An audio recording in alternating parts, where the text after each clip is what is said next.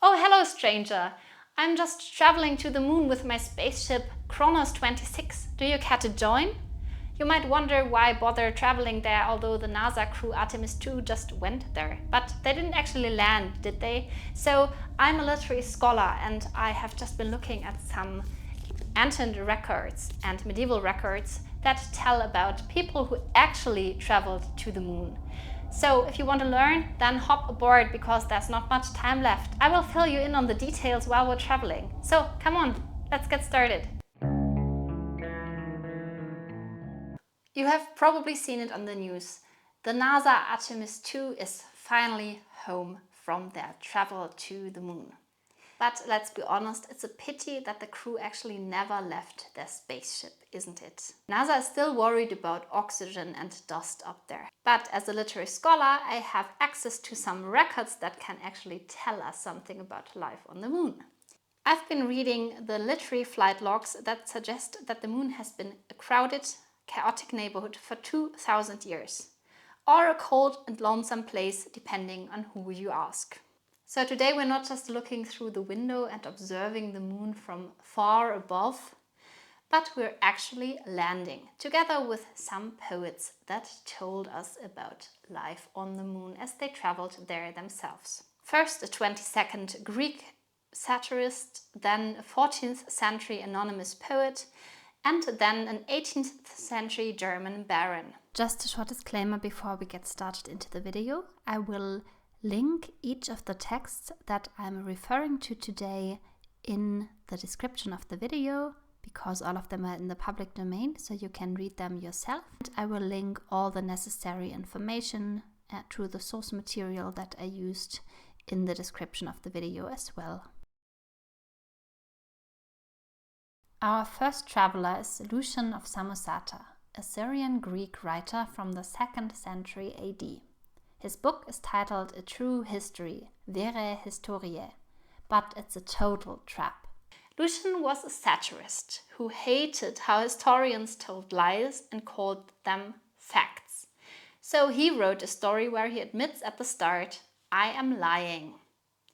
Ironically, by trying to write the biggest lie possible, he accidentally invented science fiction. So the True History is seen as one of the first works of ancient science fiction or proto-sci-fi, if you're asking scholars today.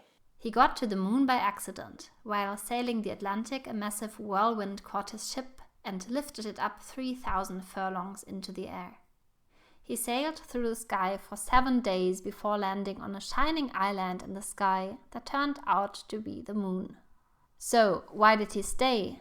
Because he was drafted into a solar war. He landed right in the middle of a battle between the Moon King Endymion and Phaeton, King of the Sun.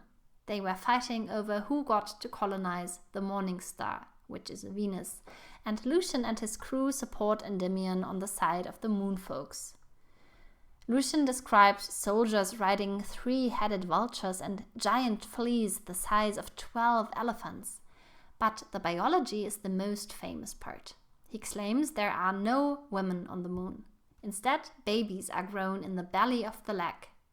When it's birth time, they lance the man's calf to take the baby out. He also describes the dendrotons, men who grow on trees of flesh like giant acorns. They plant a certain part of a man in the ground, and a tree grows that bears human fruit. Lucian says he's lying about everything he tells us about his visit to the moon. But wait until you see who proves that he's right later. Next, we drop into the early 1300s. This report is found in a famous manuscript called Halley 2253, held in the British Library. It is an anonymous Middle English lyric known as The Man in the Moon. While Lucian saw a war zone on the moon, the medieval author saw the moon as a high-security prison. This is Hubert. He's stuck on the moon because he was caught stealing a bundle of sticks of brushwood, and his punishment was eternal exile in the sky. Or, to be precise, on the moon. But Hubert hates it there. The poem says he shuddereth and weareth He is literally shaking with cold and fear because he is terrified of sliding off the moon's edge. So he spends his days trying to build a door out of thorns to keep himself safe from falling down, but it keeps falling down as well. But the real tragedy isn't that he is alone shivering on the moon.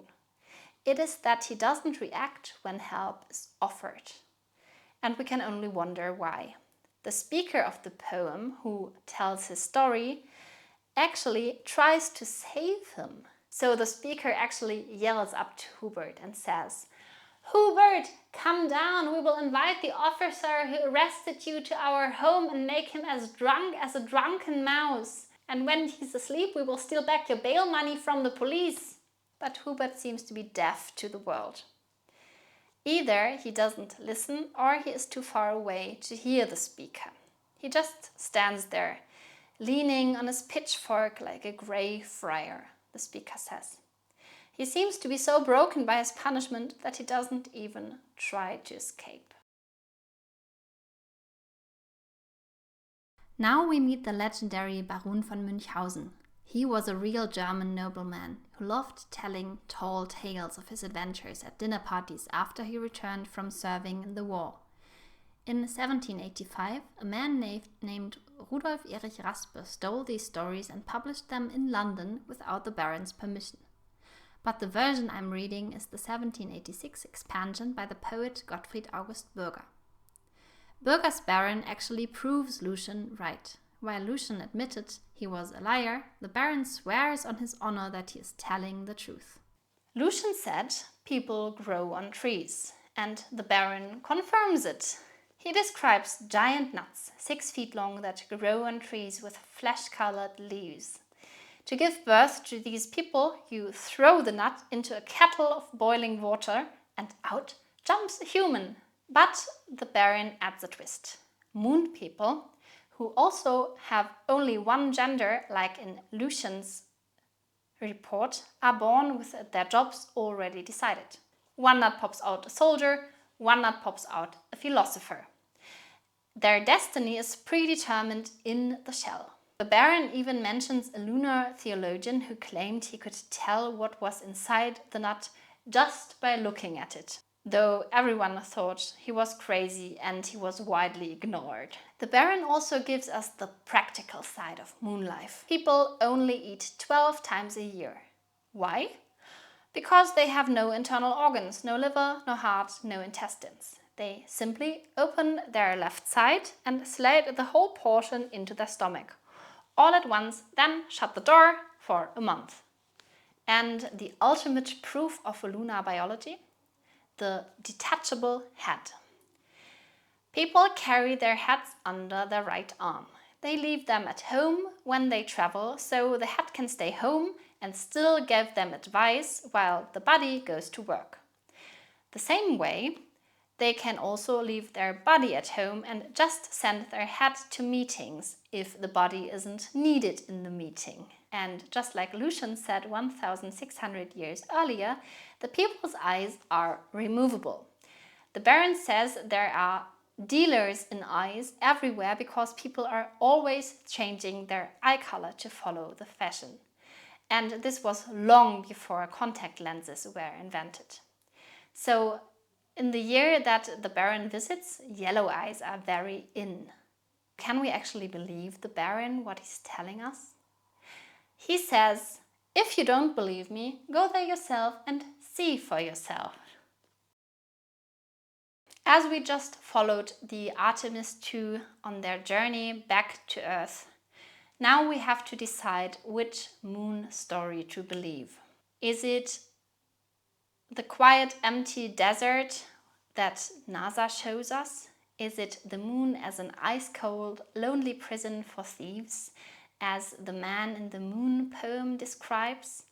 Or is it a chaotic and crowded world of leg babies and detachable heads, with people constantly at war with each other? Lucian admitted that he was a liar. But the Baron, through the pens of Raspe and Bürger, showed us that those lies were remarkably consistent for almost 2,000 years, as the record that the Baron gives us has so many resemblances to that of Lucian. Maybe NASA didn't find any life on the moon yet because they were looking for the wrong things and didn't listen to Lucian and his followers.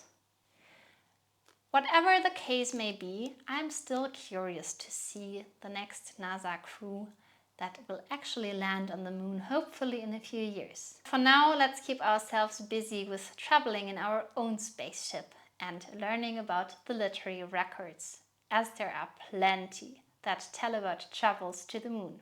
So, thank you for traveling with me on the Kronos 26 today. I hope this journey was insightful for you and also a little bit of fun. If you care to join me on my next travel and literary adventures, please make sure to subscribe to the channel, tell others about it, and hit the like button.